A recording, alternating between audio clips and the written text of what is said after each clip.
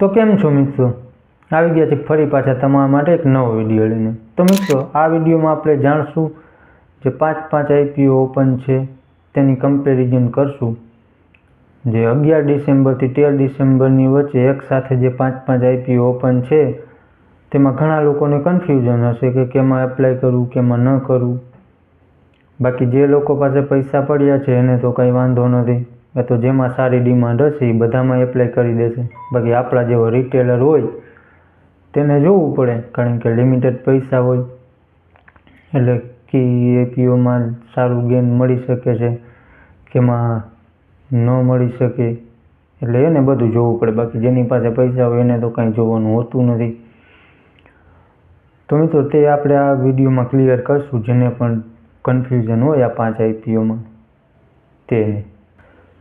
પછી મિત્રો, આપણે આને લિસ્ટિંગ ગેઇન પ્રમાણે રેન્કિંગ કરશું, લોંગ ટર્મ પ્રમાણે રેન્કિંગ કરશું, એટલે બધું ક્લિયર થઈ જાય। પછી આપણે આને 5 પોઈન્ટમાં કમ્પેરિઝન કરશું આનું, એટલે આપણે માટે ડિસિઝન લેવું સહેલું થઈ જાય। પછી મારે ડિસિઝન નહીં આપવું પડે, તમે પોતે જ ડિસિઝન લઈ શકશો।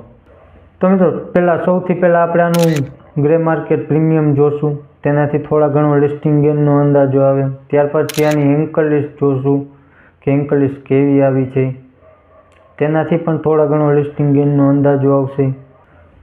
પછી મિત્રો, સેક્ટર જોશું। સેક્ટર લોંગ ટર્મ માટે જોવું પડે કે કઈનું સેક્ટર સારું છે, કઈ કંપનીનું સારું છે સેક્ટર। ત્યાર પછી મિત્રો, આપણે આના ફાઇનાન્શિયલ જોશું, ફાઇનાન્શિયલ જરૂરી છે। પછી ફાઇનાન્શિયલમાં કંપની શું લોસમાં છે કે પછી પ્રોફિટમાં છે તેની આપણને ખબર પડે। ત્યાર પછી મિત્રો, આપણે વેલ્યુએશન જોશું। વેલ્યુએશન પણ ખૂબ જ જરૂરી છે, કારણ કે વેલ્યુએશન આપણે લોંગ ટર્મ માટે પણ જરૂરી છે અને લિસ્ટિંગ ગેઇન માટે પણ જરૂરી છે। તો સૌથી પહેલાં મિત્રો, જીએમપી જોઈ તો અત્યારે વિશાલ મેગા માર્ટની જીએમપી પહેલાં 30% જેવી હતી, અત્યારે 20%ની આસપાસ ચાલી રહી છે। બાકી જીએમપી માત્ર અંદાજો જોઈ છે।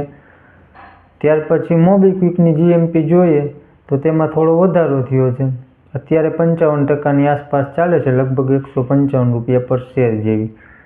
ત્યાર પછી મિત્રો, સાઈ લાઈફની જીએમપી જોઈએ તો એમાં કાંઈ ખાસ ડિમાન્ડ છે નહીં, અત્યારે લગભગ 5%ની આસપાસ જીએમપી ચાલે છે। પછી મિત્રો, આઈકેએસનો આઈપીઓ, ઇન્વેન્ટરસ નોલેજ સોલ્યુશનનો આઈપીઓ, તેની જીએમપી અત્યારે 28%ની આસપાસ ચાલી રહી છે, લગભગ 375 રૂપિયા પર શેર જેવી। ત્યાર પછી આઈજીઆઈનો આઈપીઓ, ઇન્ટરનેશનલ જેમોલોજીકલ ઇન્સ્ટિટ્યૂટ, તેની જીએમપી 18%ની આસપાસ ચાલી રહી છે, લગભગ 75 રૂપિયા પર શેર જેવી। બાકી મિત્રો, જીએમપીના પૂરા ભરોસે ન રહેવું જોઈએ, આપણે માટે જાણકારી લેવી જરૂરી છે, એટલે જાણકારી માટે આપણે જોઈએ છીએ। હવે જીએમપીમાં સૌથી આગળ જોઈએ તો પહેલાં મોબીક્વિકનો આઈપીઓ છે, ત્યાર પછી આઈકેએસ, ઇન્વેન્ટરસ નોલેજ સોલ્યુશન, અને થર્ડ નંબર ઉપર આપણે બે એક સાથે રાખી શકીએ, વિશાલ મેગા માર્ટ અને આઈજીઆઈ, કારણ કે બંનેની જીએમપી લગભગ આસપાસ જ ચાલે છે। અને લાસ્ટમાં આપણે સાઈ લાઈફ સાયન્સીસ આવે છે। પછી મિત્રો, એન્કર લિસ્ટની વાત કરીએ તો હજી ત્રણ જ આઈપીઓની એન્કર લિસ્ટ આવી છે, આઈકેએસ અને આઈજીઆઈ બંનેની બાકી છે। તો એન્કર લિસ્ટમાં પહેલાં છે વિશાલ મેગા માર્ટની એન્કર લિસ્ટ સારી છે, બીજા નંબરે સાઈ લાઈફ સાયન્સીસની એન્કર લિસ્ટ સારી છે, થર્ડ નંબર ઉપર મોબીક્વિકનો આઈપીઓ છે, તેની એન્કર લિસ્ટ સારી છે। તો મિત્રો, ઓવરઓલ જોઈએ તો વિશાલ મેગા માર્ટની એન્કર લિસ્ટ સારી છે, બાકી જો નાનો ઇસ્યુ સાઇઝ પ્રમાણે જોઈએ તો મોબીક્વિકની એન્કર લિસ્ટ સારી છે। તો મિત્રો, આ થઈ ગયું લિસ્ટિંગ ગેઇન પ્રમાણે। ત્યાર પછી છે સેક્ટર। તો સેક્ટર શું છે કે લોંગ ટર્મ પ્રમાણે જોવાનું હોય।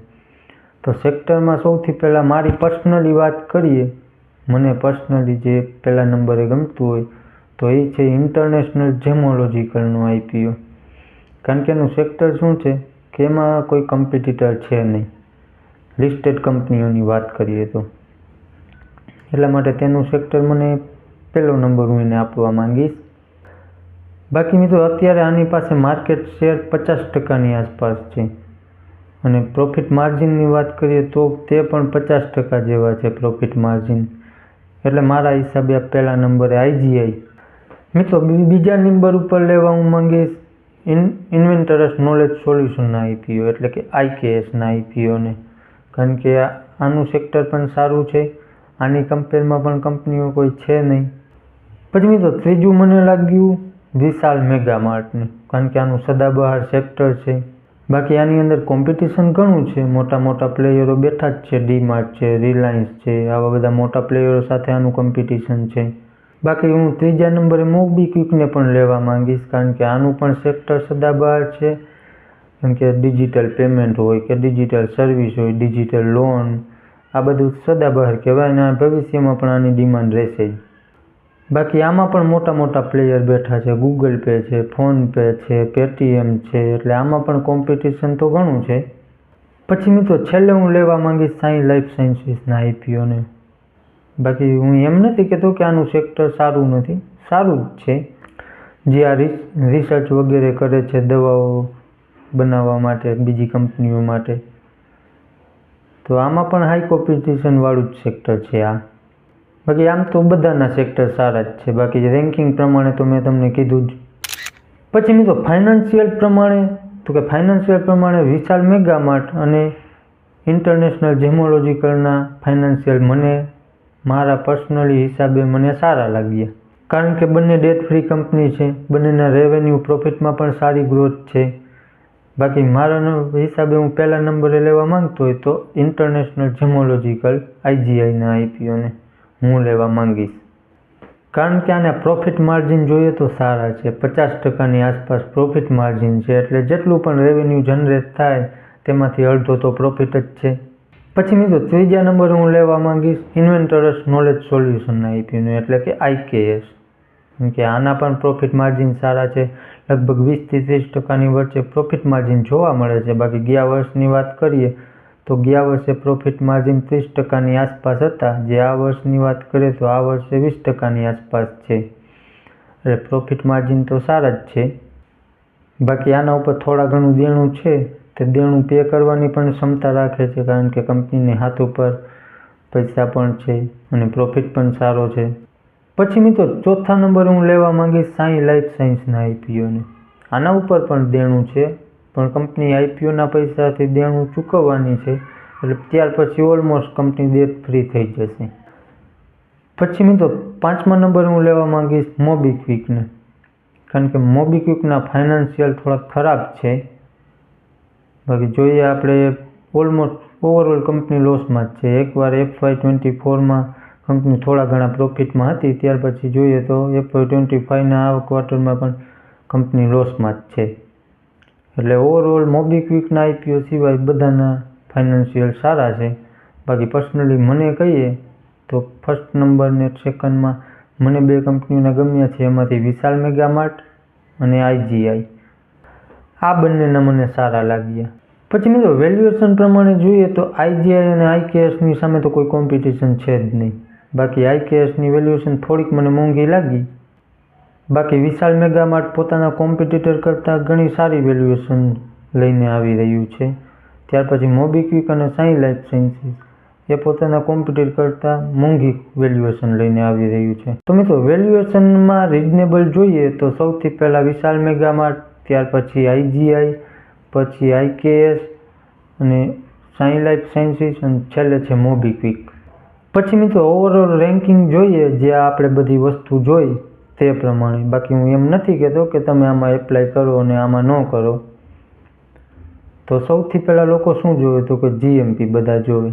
બાકી ખરેખર નકરી જીએમપી ન જોવી જોઈએ, બીજું બધું પણ જોવું જોઈએ. બાકી મિત્રો સાઈ લાઈફ સાયન્સીસ સિવાય અત્યારે બધાની જીએમપી સારી છે. બાકી એન્કર લિસ્ટમાં આઈજીઆઈ અને આઈકેએસની હજી આવવાની બાકી છે.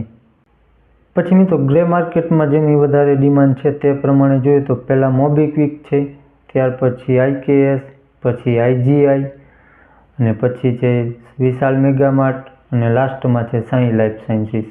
પછી મિત્રો લોંગ ટર્મ પ્રમાણે જોઈએ તો આઈજીઆઈ સારો દેખાય છે. પછી બીજા નંબરે છે વિશાલ મેગા માર્ટ, થર્ડ નંબર ઉપર આઈકેએસ, ફોર્થ નંબર ઉપર મોબીક્વિક અને છેલ્લે પાંચમા નંબરે છે સાઈ લાઈફ સાયન્સીસ.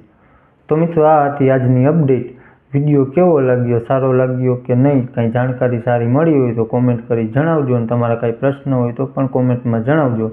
બાકી ચેનલમાં નવા હોય તો સબસ્ક્રાઈબ કરી લેજો, વિડીયોને એક લાઇક કરી દેજો. ચાલો મળશું નેક્સ્ટ વિડીયોમાં.